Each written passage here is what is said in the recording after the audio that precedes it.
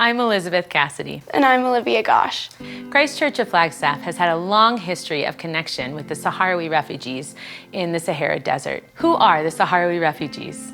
It all started in a conflict that happened in the 1970s when Spain pulled out of a country called Western Sahara. It's on the coast of Africa, just south of Morocco and north of Mauritania. So what happened was the Spanish pulled out of the country and told the Saharawi people that they would have a chance to vote on whether they wanted to govern themselves or be annexed by a country next door to them. So as the Spanish pulled out, Morocco and Mauritania both invaded at the same time. So really, since the 1970s, there have been people living in these camps in the desert waiting for this conflict to resolve and their chance to go home and become a sovereign nation. In the meantime, hundreds of thousands of people have been stuck in these 5 different refugee camps in the middle of the Sahara Desert. In 1997, there was a prayer group at our church that just wanted to pray for people around the world, but they didn't know where to start. So they had a book with all these different people groups around the world, and Jim Dorman literally pointed at a name, and it was the Saharawi people. Since the early 2000s, we've been taking trips there. We hosted Saharawi kids at our church for a summer. We've been praying for them. And a few years ago, the Saharawi people asked us to build them an English school. There's an English school in one of the refugee camps, but there's 5 camps. And another camp approached our church and said, "You've been involved here. Would you build a school for us to learn English? We want to have a platform on the world stage, and to do that, we have to know English." Recently, Olivia and I got to go to the camps, and they host a marathon every year as, again, a platform to get their name and their plight on the world stage. Runners come from around the world.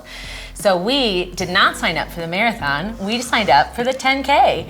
And we did not run it, we walked it. And it was an amazing experience because we got to walk with other people from around the world. We walked with a carrot and a tomato. I was gonna say that. Yeah.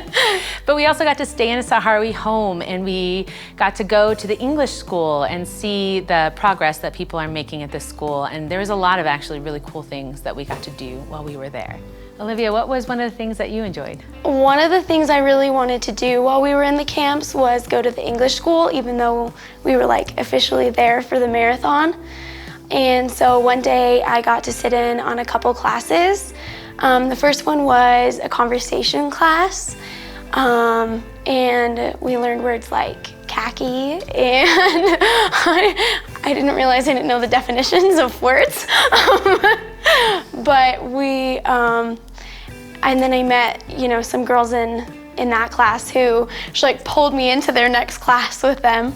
And then after that class, we all got a picture together, and we follow each other's Instagrams so I can kind of see them still, and yeah. It was really great to be there and to be able to check in with the English school, but to also run the marathon, because that's a statement of solidarity with the Saharawi people, and it's a connection with people around the world who are also standing in solidarity with the Saharawi. And it was really great to be there and be a part of that moment for them. If you haven't been part of this incredible move of support for the Saharawi people, I'd ask you to consider how you can be part of what we're doing, either by praying, giving, going, or maybe all 3, so that we can tell the Saharawi people, we see you, we know you, we have not forgotten you, and you are not lost in the desert.